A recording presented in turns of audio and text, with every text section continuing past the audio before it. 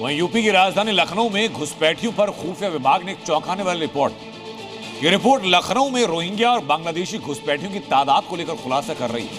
तो खुलासा है, तो खुलासा आप देखेंगे, सुनेंगे, जानेंगे तो चौंक जाएंगे। क्योंकि योगी राज में जहां घुसपैठियों की खैर नहीं, उस राज्य के नगर निगम की आउटसोर्सिंग कंपनियां और ठेकेदार घुसपैठ को लेकर गंदा खेल खेल रहे हैं। लखनऊ में 15,000 सफाई कर्मियों में से 80% बांग्लादेशी और रोहिंग्या।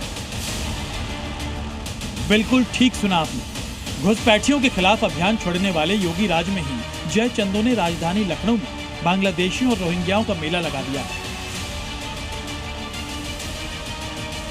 खुफिया विभाग की रिपोर्ट में चौंकाने वाला खुलासा हुआ है, जिसके बाद हड़कंप मच गया है। रिपोर्ट के मुताबिक नगर निगम की कई आउटसोर्सिंग कंपनियां और ठेकेदार अपने स्वार्थ के लिए बड़े पैमाने पर घुसपैठियों को सफाई कर्मी के रूप में नियुक्त कर रहे हैं।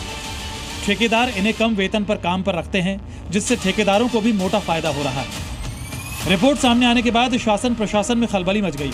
यही नहीं, यूपी के 10 बड़े नगर निगमों में 1.5 लाख से ज्यादा संदिग्ध सफाई कर्मियों के काम करने का अनुमान है।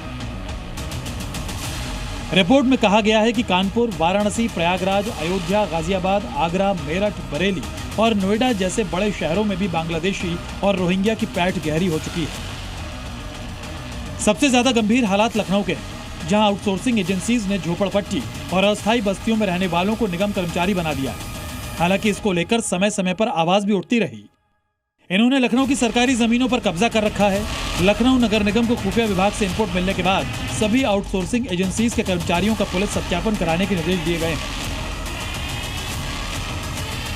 तो मैंने बताया ना आपको कि मैंने संस्था को कह दिया कि इनको बाहर करिए, अगर हैं। मुझे अगले महीने मैंने उनसे लिस्टें मांग ली है कि आप लिस्ट दीजिए, चेक करिए और इनको बाहर किया जाएगा। तो क्योंकि जो लोग आज भी कॉलोनियों में सुबह कूड़ा निकालते हैं और शाम को चोरियां करते हैं रात में।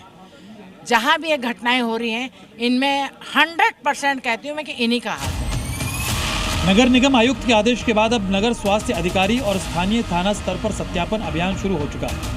लखनऊ में पिछले साल रोहिंग्या और बांग्लादेशियों को शहर से बाहर निकालने का अभियान चलाया गया था, लेकिन ये अभियान किसी विशेष अंजाम तक नहीं पहुंचा और अब खुफिया विभाग की रिपोर्ट। संस्थाओं को समय दिया गया है कि 1 से 2 महीने के अंदर उनको बाहर करें, रोहिंग्या और बांग्लादेशियों को, क्योंकि ये दिन में कूड़ा उठाते हैं और रात में चोरी करते हैं। कैमरा पर्सन देशराज के साथ तुषार श्रीवास्तव, जी मीडिया, लखनऊ। किसको अच्छा कर्म माने और किसको बुरा कर्म माने? धर्म किसके लिए है, अगर ये पकड़ लिया तो धर्म क्या है ये अपने आप साफ हो जाएगा।